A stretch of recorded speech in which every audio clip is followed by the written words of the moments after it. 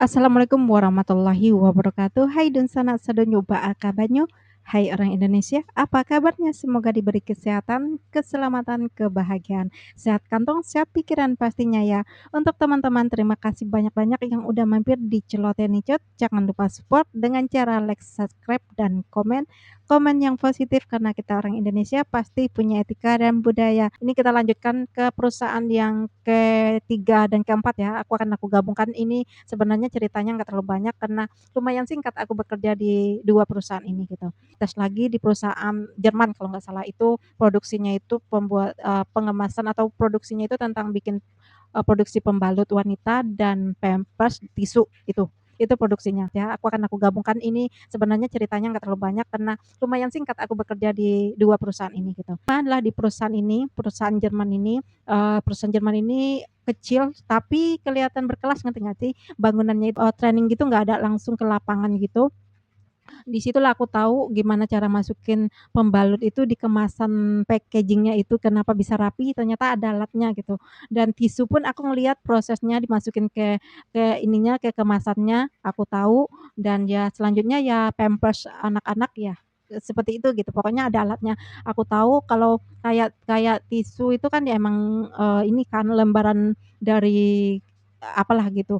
Kalau si pembalut ini itu aku udah lihat dari prosesnya, dari bahan-bahannya sampailah jadi, pembalut gitu. Itu aku bekerja di situ, kebetulan perusahaan tempat aku bekerja yang nomor 3 ini kerjasama sama Unilever gitu. Ya ya ibaratnya vendornya lah gitu kan. Ya sebenarnya nggak ada yang istimewa sih ceritanya, orang sono juga nggak ada rese-rese juga enggak. Paling kalau kalau ini pengalamannya itu pas packaging itu kalau shift malam gitu, shift 3 lah gitu. Kalau shift 3 itu kan masuknya jam jam 10 pulangnya pagi kan, pulangnya gitu. Pokoknya udah eh pokoknya inilah jam-jam ngantuk gitulah gitu. Itu sering tuh kalau pas ngisi gitu itu ada ngelihat teman yang kepalanya itu kayak tuk gitu kayak kayak besi tempat tempat packaging ininya, pembalutnya gitu. Itu sering sebagai bahan tawaan itu. Itu sih yang lucu-lucunya tapi nggak bahaya-bahaya banget lah gitu. Terus, pas ini ada itu ternyata sekali 6 bulan itu mereka kayak membagikan paket gitu loh buat karyawan-karyawannya. Kan karyawannya itu nggak terlalu banyak sih sebenarnya. Eee, nggak kayak kayak perusahaan besar lah gitu, dan, di katanya sekali 6 bulan itu pasti dapat gitu. Aku kan baru berjalan selama 2 bulan di sana kan, aku langsung dapat dong. Isi paketnya apa tahu nggak?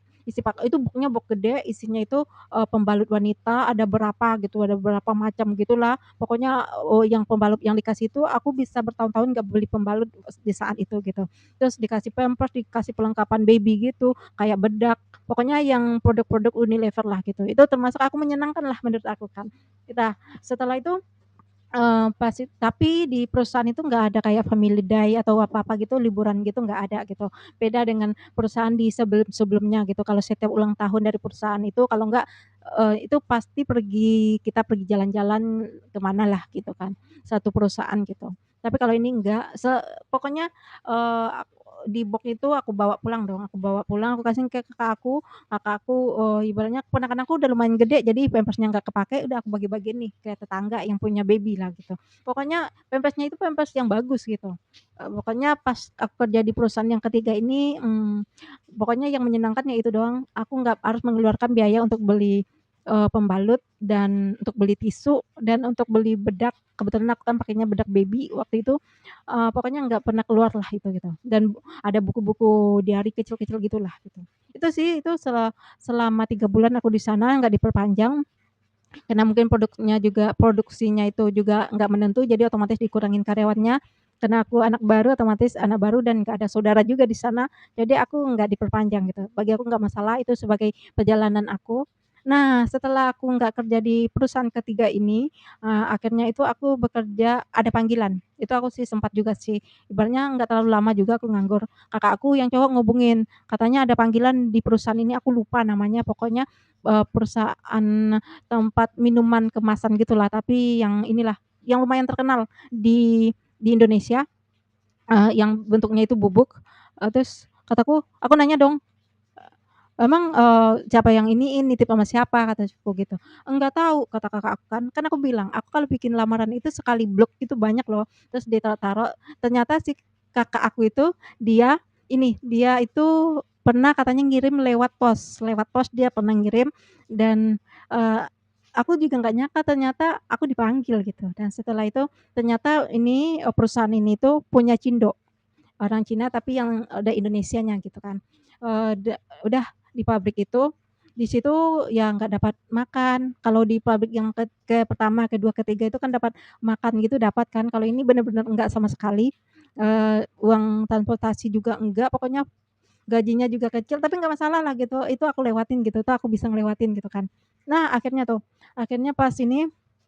pas aku, tes gitu ternyata, yang karyawan sono itu, ibaratnya itu masih bocah-bocah kayak aku gitu loh, dan gajinya disebutin, itu aku langsung ketemu sama yang owner-nya, yang ngomong gini, "Gajinya segini mau nggak?" Gitu. Itu kita belum tes ya, kita belum tes, tapi udah ngomong tentang gaji.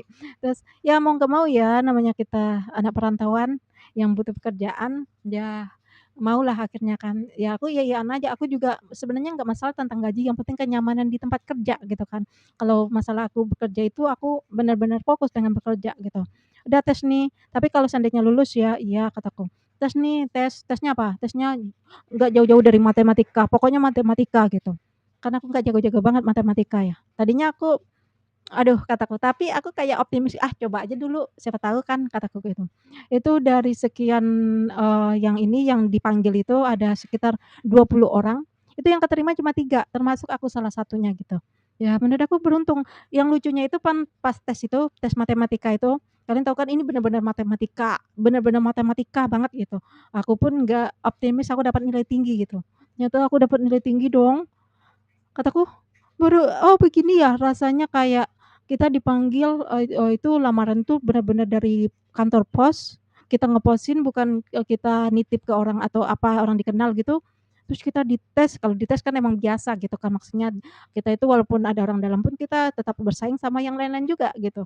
Terus tapi ini matematika tesnya gitu, aku lulus. Dah hari pertama langsung kerja nih, nggak ada training-training-nya, pokoknya pas tes itu, besok dipanggil gitu, yang lulus disebutin dong namanya termasuk aku, 3 orang doang nih, 3 orang doang. Terus pas kita lihat sebentar, umpamanya nih masuk pagi anak-anak baru kan otomatis masuk pagi nih, pas, jam 12 terus istirahat, udah pas itu kita langsung diajak kerja. Emang nggak susah sih, maksudnya aku bagian packaging gitu loh, ngerti nggak sih? Bagian kita ngepak-ngepak gitu, itu aku ngelihat banget, dan pada umumnya itu karyawan sono itu ya mungkin ya di tempat makanan minuman gitu produknya itu dibolehkan gitu mencicipi atau mencoba gitu, tapi jangan dibawa pulang gitu. Aku sekali doang mencoba, untungnya aku itu orangnya nggak suka yang manis, nggak terlalu suka yang manis-manis juga gitu. Aku coba nih ya, pertama kan aku nggak tahu ya, maksudnya kan taunya ya packaging masukin ke sini gitu-gitu kan, taunya gitu kan. Nah udah ini aku coba ya menurut selera aku sih oke kalau ya namanya kalau nggak oke nggak mungkin ke pasaran kan. Udah ini nih habis itu, tapi besoknya aku nggak pengen coba walaupun ada produk baru gitu aku nggak pengen coba gitu. Dan ya, sering jalan waktu adalah kan umpamanya kan kalau supplier kita mengedarkan ke konsumen gitu, ke toko-toko, ke swalayan, ke manapun lah gitu, ke warung-warung gitu. Otomatis kalau kadaluarsa itu kan tanggung jawab dari pemiliknya gitu, perusahaannya gitu kan. Ini pas, waktu itu ada produk barulah gitu, kalau produk baru itu biasanya kita promoin gitu, nggak terlalu banyak produknya, jadi ditaruh terus sambil ngambil yang tersisa di toko-toko gitu kan, yang udah hampir kadaluarsa gitu, ditarik lagi dari pasaran, udah aku kirain dong pertama, ini apa ya?" Kan udah nyampe di gudang gitu kan, "Oh ini apa ya? Kok banyak banget ya? Ini kayaknya produk yang baru yang lama ya?" Kataku gitu. Iya itu emang di situ aku tahu kalau kayak produk itu kalau udah kadaluarsa itu mereka narik dan itu tanggung jawab dari supplier gitu kan.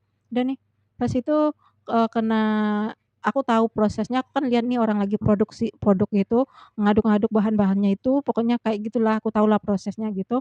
Terus jadi kan kadang ada waktu senggang ya, waktu waktu senggang digunakan apa, kan, digunakan itu untuk ngambil produk yang ditarik dari customer, terus, disuruh buka, diinin lagi, terus disaring.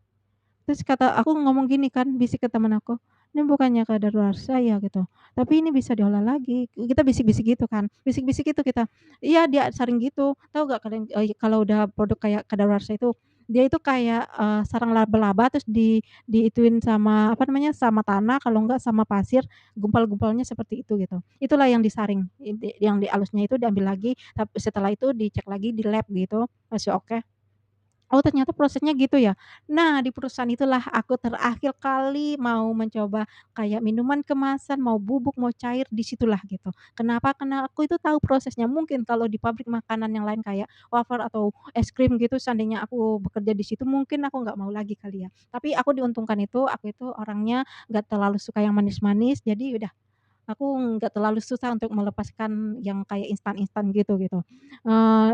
Pas dicek di lab, oke kata orang labnya, udah dikemas lagi nih, dikemas habis itu, di situ yang biasanya ini ada hadiah-hadiah gitu, emang iya, itu aku juga masukin itu kayak yang 2.000 terus ada yang ditulis kayak DVD, VCD gitu-gitu, itu emang ada. Kipas angin itu emang ada tulisannya kayak gitu, emang ada. Terus, udah itu aku sempet masukin yang kayak ada ini hadiahnya seperti itu biasanya barang-barang yang udah kadaluarsa ya. Terus barang-barang yang baru diproduksi gitu. Itu yang diproduksi ya kalau yang baru itu nggak terlalu banyak itu dia sambil memperkenalkan produk barunya gitu. Kayak gitu. Pokoknya di perusahaan yang keempat ini terakhir kalinya aku makan makanan kemasan yang kayak minuman gitu, yang bubuk gitu ya, yang bubuk sama yang kemasan botol gitu, itu terakhirnya di sini. Tempat ini di mana cerita aku terakhir kali minum minuman yang kemasan. Nah, sampai di sini dulu cerita singkat aku tentang perusahaan yang ketiga, keempat, cerita-cerita uniknya dan sampai jumpa, bye-bye.